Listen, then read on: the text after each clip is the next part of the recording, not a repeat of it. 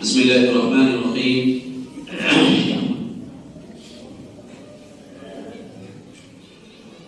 الحمد لله وحده، والصلاة والسلام على من لا نبي بعده.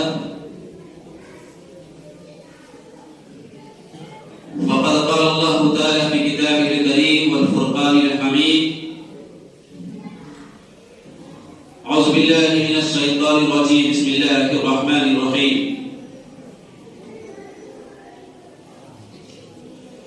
كل نفس ذائقة الموت، وقال: وتعز من تشاء وتذل من تشاء بيدك الخير إنك على كل شيء قدير.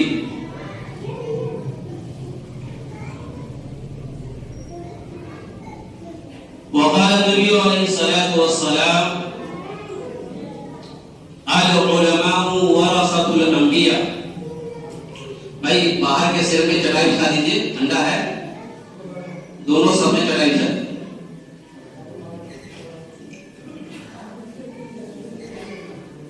میرے عزیز دوستو، اللہ کا بےحد احسان اور کرم ہے کہ اللہ تعالیٰ نے اپنے فریضے میں سے ایک فریضہ جمعہ کی نماز ادا کرنے کی ہم سب کو توفیق دی، اور ہم سب گلے سے گلے اور کندھے سے کندھے ملا کر جامع مسجد میں جمعہ کی نماز ادا کرنے کے لیے آئے.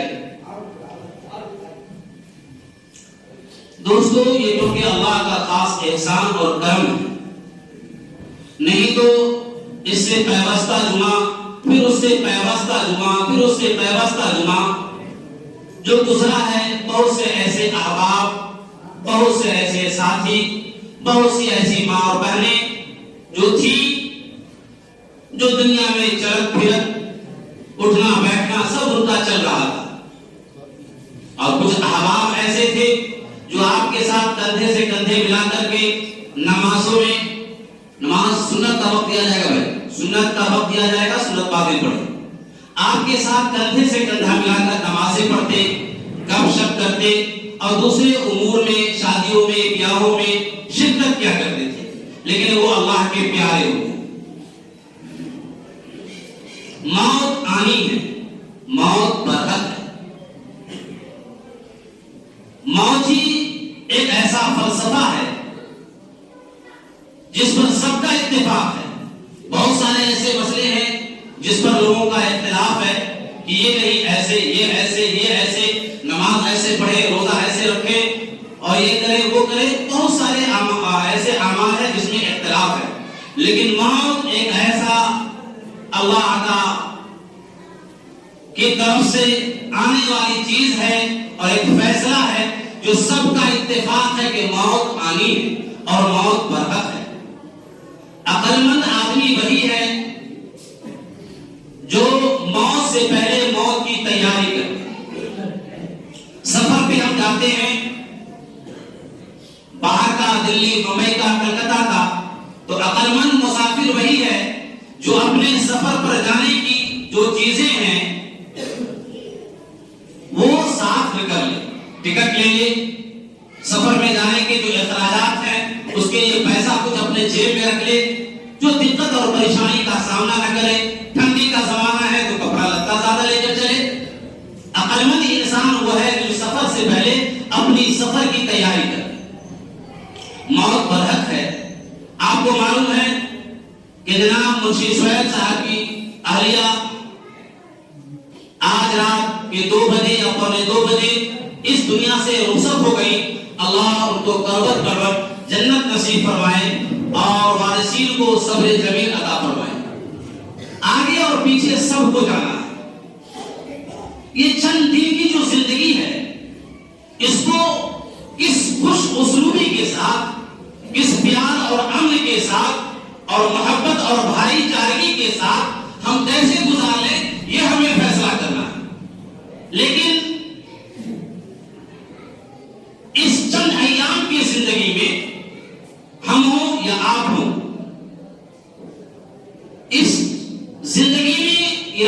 قرآن فلاں اور چنا اتار چڑھاؤ ایسے حالات پیدا کرتے ہیں. کچھ لوگ ہیں جو یقیناً جوڑنے کی بات کرتے ہیں. کچھ آپ میں سے ہم میں سے ایسے لوگ بھی ہیں جو ہمیشہ فتنہ پروری اور مکاری اور عیاری کی زندگی کاٹ کر سماج کو توڑنے اور سماج کو آپس میں انتشار پیدا کرنے کی اور ایک دوسرے سے لڑانے اور ایک دوسرے میں بغض و عناد پیدا کرنے کی کوشش کرتے ہیں. دوستو یہ چند ایام کی زندگی ہے. وہ مرحومہ جو دنیا سے چلی گئی، لیکن جو کچھ بھی ہم جانتے ہیں یقیناً ان عورتوں سے الگ ایک عورت تھی جو اپنی سادہ زندگی گزار کر کے تمام جنجالوں سے کٹ کر کے اپنی پاکیزہ زندگی کاٹ کر کے وہ بیچاری رخصت ہو گئی. اللہ تعالیٰ ان کی مغفرت فرمائے.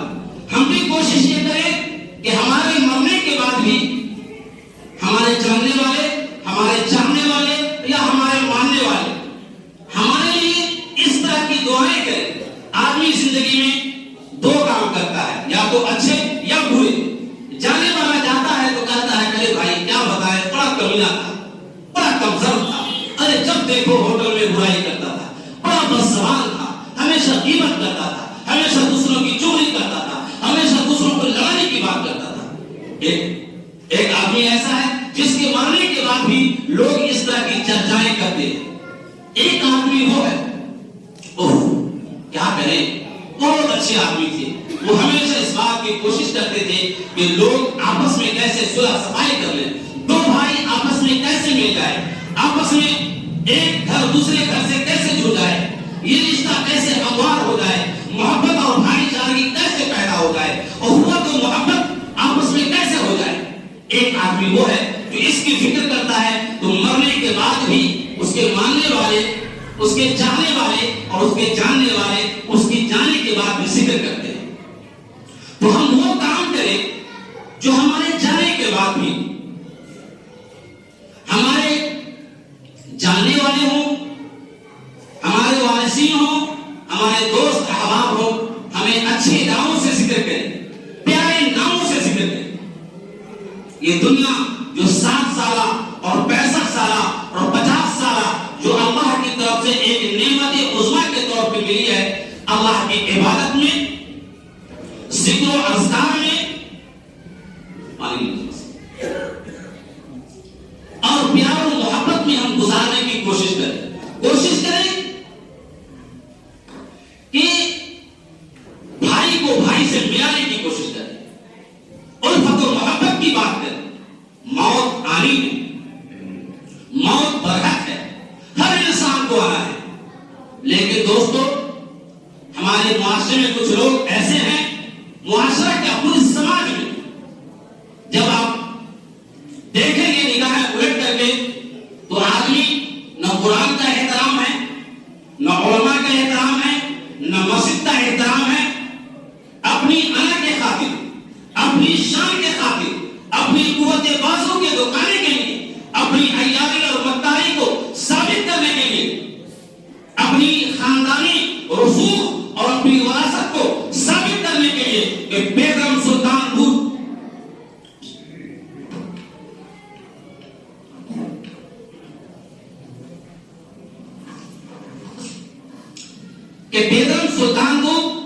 کہ میرا باپ بادشاہ تھا.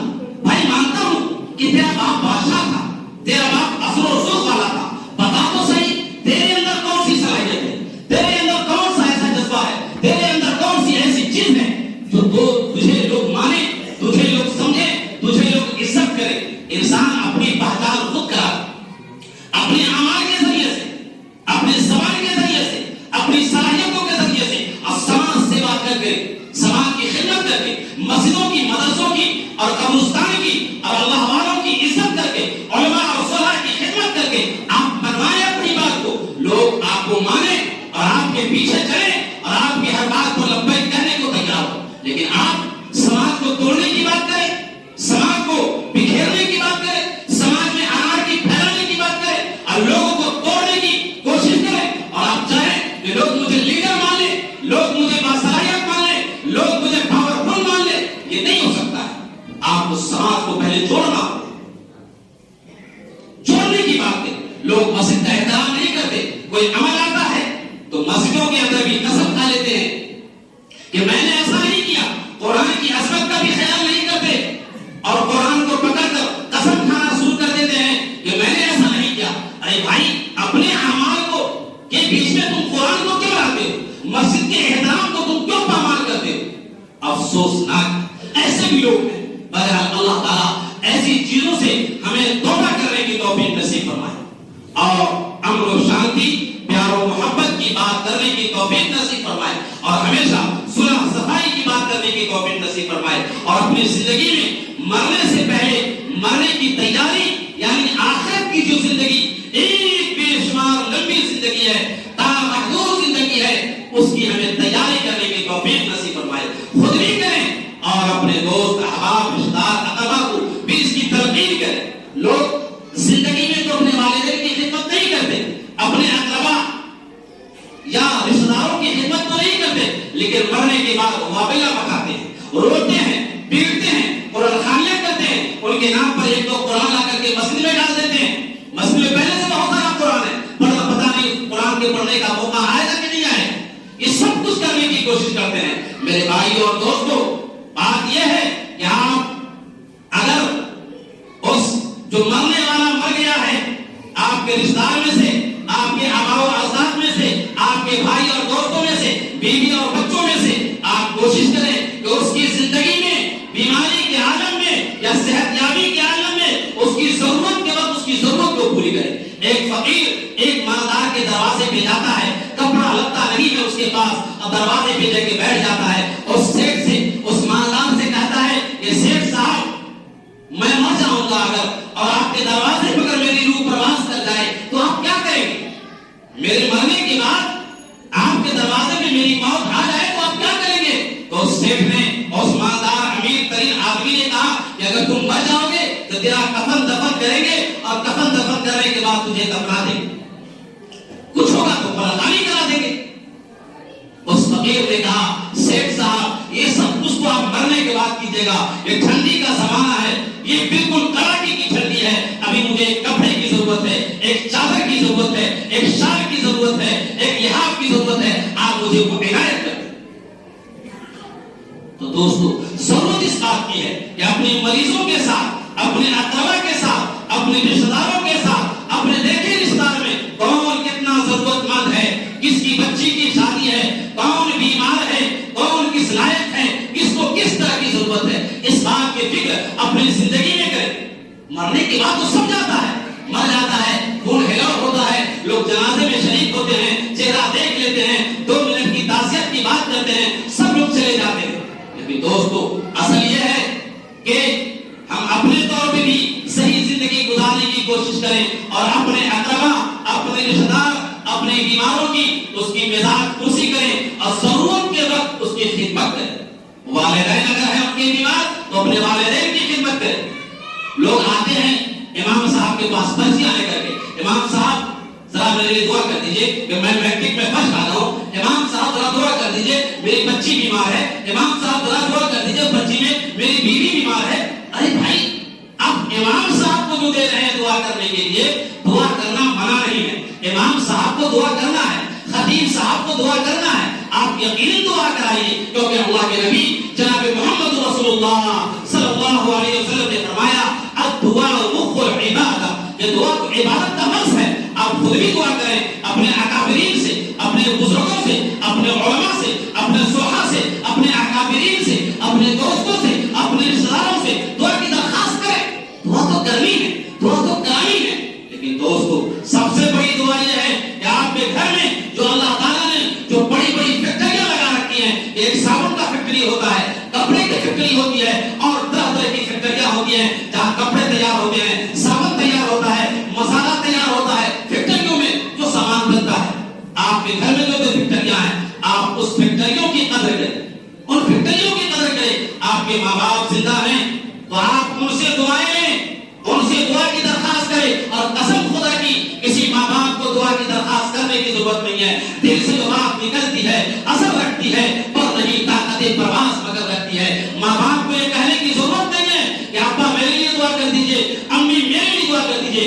ماں باپ کے ساتھ صلح و صفائی کے ساتھ پیش آنا ہے۔ کچھ فیصلے ایسے ہوتے ہیں تو ماں کی طرف سے ایسا لگتا ہے کہ ماں کا جھکاؤ دوسرے بیٹے کی طرف زیادہ ہے، باپ کا جھکاؤ ہمارے علاوہ دوسرے بیٹے کی طرف زیادہ ہے. یہ محسوس ہوتا ہے، لگتا ہے. سب کے ساتھ یہ ذاتی مسائل ہیں، دنیاوی مسائل ہیں، لیکن ان چیزوں کو خاطے میں نہیں لانا ہے، اس کو ایکشن میں نہیں لینا ہے، بلکہ یہ کرنا ہے کہ اللہ کی مصلحت ہے کہ آج اس کے دل میں اس کی محبت، کل اس کی محبت. لیکن دوستو ماں کی اور باپ کی جو ایسی فیکٹری ہے، جو دعاؤں کی فیکٹری ہے، اس کی قدر کریں، اس کی عزت کریں، اس کی خدمت کو بجا لائیں. علامہ ابن سیرین رحمۃ اللہ علیہ کی والدہ کا انتقال ہو گیا، رونے لگے، بہت رو رہے تھے، دھارس مار مار کر رو رہے تھے. محلے والے آئے، کہا علامہ آپ اتنے بڑے مولانا، آپ اتنے بڑے علامہ، اتنے بڑے شیخ، اتنے بڑے پیر و مرشد، اور آپ ماں کے مر جانے پر رو رہے ہیں. علامہ ابن سیرین نے کہا کہ نہیں، میں ماں کے گزر جانے پر نہیں رو رہا ہوں کہ میری ماں گزر گئی، میں اس لیے رو رہا ہوں کہ اللہ تعالیٰ نے جنت میں داخلے کے لیے دو چیزیں ہمیں عنایت کی تھی، دو دروازے اللہ نے ہمیں عنایت کیے تھے. یہ دو دروازے ہیں، ان دو دروازوں سے تم جنت میں داخل ہو سکتے ہو. افسوس ہے کہ آج ماں کی شکل میں میرا جنت میں جانے کا ایک دروازہ ختم ہو گیا. ماں کی شکل میں جو جنت میں دخول کا ایک دروازہ اللہ تعالیٰ نے ماں کو راضی کر کے، ماں کی خدمت کر کے، ماں کی تمام ضرورتوں کو پوری کرا کر کے اللہ تعالیٰ نے جو دروازے دیے تھے، ماں کی شکل میں جو دروازہ تھا وہ جنت میں جانے کا اللہ نے اسے بند کر دیا ہے. ایک باپ باقی ہے. دوستو آپ کی مائیں اور آپ کا باپ آپ کے اس عمل سے خوش ہوگا، اور اس کا خوش ہونا ہی اس میں یہ دعا ہے. آپ کا باپ فخر کرے گا کہ یہ فیکٹری میری بیٹی کی ہے، یہ مکان عالیشان جو دیکھ رہے ہو میرے بیٹے کا ہے، یہ جو دیکھ رہے ہو یہ گاڑی میرے بیٹے کی ہے، یہ میرے بیٹے کی ہے. یہی فخر کرنا باپ کا، یہ آپ کے لیے دعاؤں کا کام کرے گا. اب دعا و مخبر عبادت، دعا تو عبادت کی موسم. لیکن دوستو افسوس سب افسوس، ہم میں سے اکثروں کی حالت یہ ہے کہ ماں باپ جب بیمار ہوں اس کی خبرگیری ہم نہیں کریں گے، دوسرے بیٹے پہ چھوڑیں گے. کرے ہم ہی علاج کرائیں، وہ کیا کرے گا؟ ہم ہی علاج کرائیں، وہ کیا کرے گا؟ یہ افسوس نہ ہے، یہ افسوس کی بات ہے. اور کل نفس ذائقۃ الموت، کل وہ پھر کل ہم، یہ بھاری لگی ہوئی ہے. کون جانتا ہے ایک سانس چل رہی ہے، پانی کا ایک گھونٹ ہم نے پیا، دوسرا گھونٹ ہم پی پائیں گے یا نہیں پی پائیں گے. اسی میں اپنی زندگی اور آج زندگی میں آخرت کی تیاری کرنی ہے، کوشش کرنی ہے کہ ہم اس پیار و محبت کے ساتھ اللہ کو راضی کر کے، رسول کو راضی کر کے وہ زندگی ہم گزاریں جس سے میرا اللہ بھی راضی ہو جائے، میرا رسول بھی راضی ہو جائے، اور میری آخرت سمجھ جائے، میری آخرت سمجھ جائے. اس بات کی ہمیں کوشش کرنی ہے. لیکن دوستو اس پر اپنی انرجی کو، اپنی طاقت کو، اپنی صلاحیت کو خرچ کرنے کے بجائے ہم کہیں اور غلط سڑک کی سیاست میں، غلط سڑک کے پروپیگنڈے میں، ایک دوسرے سے توڑنے میں اور معاشرے میں انارکی پھیلانے میں ہم اپنی صلاحیت کو خرچ کرتے ہیں، اپنی صلاحیت لگاتے ہیں. لوگ یہ شرط رکھتے ہیں، الیکشن کا زمانہ آتا ہے تو لوگ کہتے ہیں کہ میں ووٹ تو کروں گا، میں آپ کو ووٹ کروں گا، لیکن ایسا کرو آپ کا جو قبیلہ ہے، آپ کا جو وہ خاندان ہے، فلاں صاحب ہے، اس کو چھوڑ کے آؤ، اس کو ساتھ چھوڑ دو تو میں آپ کو ووٹ کروں گا، میرے ساتھ 50 ووٹ ہے. یہ کیا بات ہے؟ یہ کیا شرط ہے؟ اب سماج میں محبت اور پیار پیدا کرنے کے لیے آئے تھے، اس سماج کو توڑنے اور سماج میں انارکی پیدا کرنے کے لیے آئے تھے. دوستو ایسے لوگوں کو پہچاننے کی ضرورت ہے، ایسے سماج دشمن عناصر اور معاشرے میں بگاڑ پیدا کرنے والے لوگوں کو سمجھنے اور جاننے کی ضرورت ہے، جو معاشرے کو توڑنے کی بات کرتا ہے، معاشرے میں ذلت و رسوائی کی بات کرتا ہے، معاشرے میں ایک دوسرے کو نیچا دکھانے کی بات کرتا ہے. یہ ہماری ذمہ داری بنتی ہے. آج ایک ہوا چلی ہے تو علماء کے خلاف اور صحابہ کے خلاف اور اپنے ائمہ کے خلاف لوگ سامنے تو نہیں بولتے، لیکن پیچھے طرح طرح کے کنڈے استعمال کرتے ہیں، طرح طرح کی غیبتیں اور چغلی اور غیبت پر اپنی زندگی کو گزارتے ہیں. یہ افسوس کی بات ہے جس کے بارے میں اللہ کے نبی جناب محمد رسول اللہ صلی اللہ علیہ وسلم نے فرمایا العلماء ورثۃ الانبیاء. میں نے اس سے پہلے بھی کہا تھا علماء نبی کے وارث ہیں. اگر علماء سے گناہ ہوتا ہے تو اس کے ذمہ دار وہ ہیں. علماء کوئی ولی نہیں، علماء کوئی نبی نہیں. نبی کی ذات ایسی ہے، صحابہ کی ذات ایسی ہے جو گناہوں سے مبرہ، گناہوں سے مبرہ.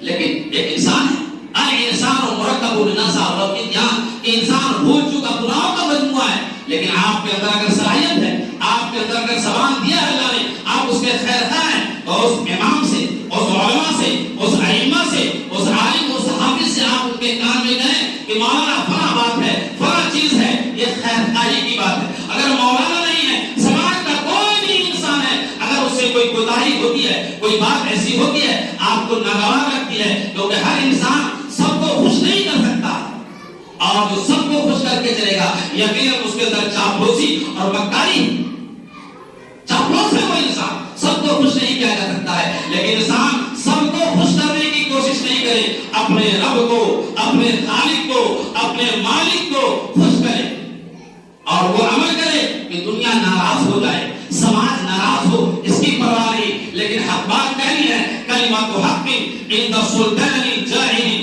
فهو افضل الجہاد، کہ اگر کوئی بات ایسی آوے جو ہم کہیں اور کہنا چاہیے، یہ سب سے بڑا جہاد ہے، اس کی پرواہ نہیں کریں کہ کون خوش ہوگا کون ناراض ہوگا۔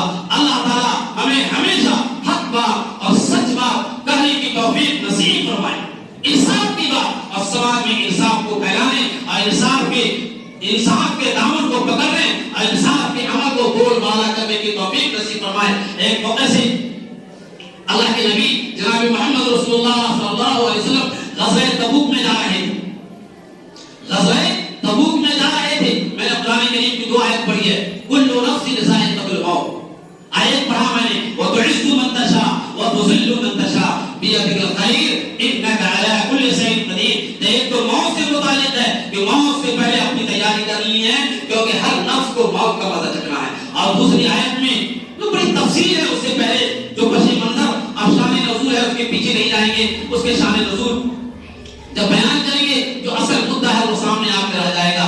تو حضرت اللہ کے نبی جناب محمد رسول اللہ صلی اللہ علیہ وسلم نے غزوہ تبوک میں جانے کی دعوت دی، صحابہ نکلے، بڑی تعداد میں صحابہ نکلے، گرمی کا زمانہ تھا، لیکن کچھ لوگ ایسے منافق بھی تھے اس میں جو لا تغفروا بالحر، لا تغفروا بالحر، یہ گرمی کا زمانہ ہے، آگ برس رہی ہے، بچ جاؤ بچ جاؤ۔ کچھ منافقین ایسے تھے جو اس بات کی کوشش کر رہے تھے کہ چل ہوئے لوگ نہیں جائیں، لیکن صحابہ اللہ کے نبی کے حکم کے تابع نکل پڑے اور صحابہ پہنچے۔ اس میں سے کچھ صحابی ایسے تھے جو 3 مشہور صحابی ہیں جو کسی وجہ سے نہیں جا سکتے، مولانا بن نبی اور حضرت مالک بن سنان رحمۃ اللہ علیہ، اور ایک صحابی اور ہے جو نہیں جا سکے۔ حضرت مالک بن سنان رحمۃ اللہ رضی اللہ تعالی عنہ جبکہ خوشحال بھی تھے، جا بھی سکتے تھے اور شرکت بھی کر سکتے تھے، اللہ کے نبی صلی اللہ علیہ وسلم نے صحابہ سے پوچھا کہ بھائی بات کیا ہے کہ مالک بن سنان کو نہیں دیکھ رہے ہیں، مالک بن سنان کو نہیں دیکھ رہے ہیں۔ لوگوں نے اس وقت بھی چاہا تانا پوسی کرے، اور تانا پوسی کر کے حضرت مالک بن سنان رحمۃ اللہ رضی اللہ تعالیٰ عنہ کی برائی یا ان کے اس چیز کو ذکر کرے کہ بھائی وہ تو حاصل بہت فراوانی میں ہے اور دولت کی بہتات ہے، بڑے بڑے باغات ہیں، اسی وجہ سے وہ نہیں آئے۔ دوستوں کیونکہ وقت ہو گیا ہے، انشاءاللہ یہ باتیں آئندہ ہفتہ آپ کے سامنے سلسلہ وار آپ کے سامنے رکھی جائے گی۔